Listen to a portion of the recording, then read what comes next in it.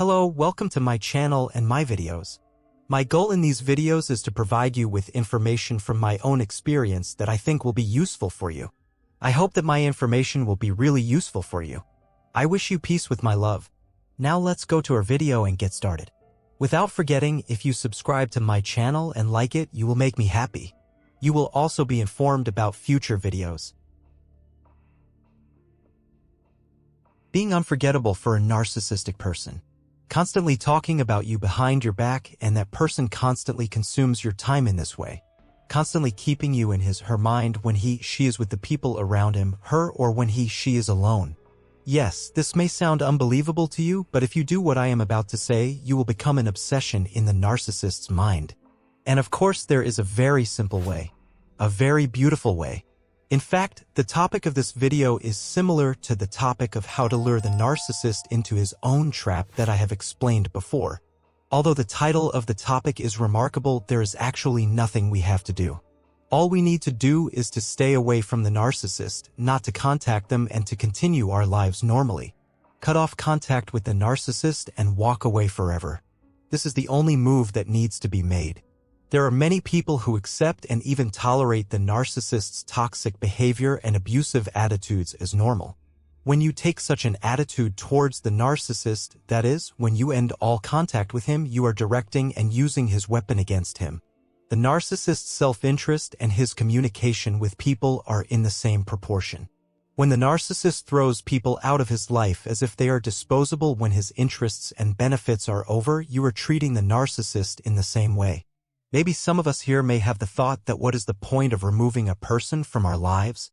Or consciously ending communication with a person may mean nothing to some of us. We may have these kinds of thought patterns.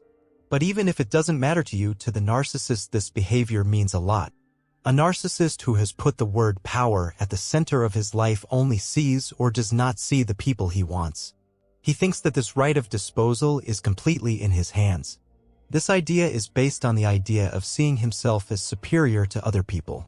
So if you want to take a serious revenge on a narcissist, all you have to do is to remove him from your life.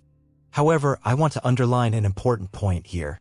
It is useful to do the process of leaving the narcissist in a controlled and conscious way. In other words, if you take a decisive, upright stance and convey clearly that you remove him from your life completely on your own will, you will break the narcissist's power over you. The narcissist will experience what is called narcissistic injury at this stage. And the biggest poison of this wound is the loss of control over you. Keep these bullet points in mind. If you stand up to the narcissist, you will not be forgotten. If you question the narcissist's double standards, unbelievably high expectations, and hypocrisy, you will not be forgotten. You will not be forgotten if you are the first one to break the communication between you and your narcissist.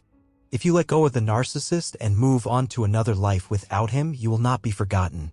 If you give the narcissist a taste of his own poison, you won't be forgotten. If you tell the narcissist the truth, you won't be forgotten. And finally, if he knows that you got rid of the narcissist, healed and moved on without him, you will certainly not be forgotten. If he misjudges you in the process of getting to know you, he will never forget you again. Personally, the narcissist who came into my life thought I was weak. I knew this very well. And at the same time, I couldn't pay attention to anything when some events overlapped. He played me well in this process. But when the flood of intense emotions I was experiencing started to slow down and I started to act more rationally, it was the solution. What I can say here is to stop acting on intense emotions. Each of your emotions is a weapon for the narcissist. He knows how to use them against you. And if you want to teach him a lesson he will never forget, as I said, it will be enough to remove him from your life. Rejection and not being wanted will deal a big blow to the narcissist's ego. Remember, in the nature of things, in the usual situation, a self-confident person is the narcissist's worst enemy. A confident person has a natural tendency to trigger the narcissist's narcissistic injury. The reason for this is simple. The narcissist sees in the other person all the things he wants to have. While the narcissist sees the other person living easily with natural confidence, the narcissist can spend a lifetime striving to have the same thing. Besides, they are always fragile and vulnerable. This triggers the narcissist. This triggered situation causes the narcissist to secretly or openly want to break the trust of the person who trusts him. First complimenting you, trying to elevate you, then humiliating you and insulting you. All of this serves a purpose. To convince you that you are no better than the narcissist. The narcissistic person cannot heal himself, cannot elevate himself, so he has to suppress what he sees in you as a threat to himself. Now, if you know that you have triggered a narcissist's narcissistic injury, you can cause him to sink into the swamp of his own making by always staying one step ahead.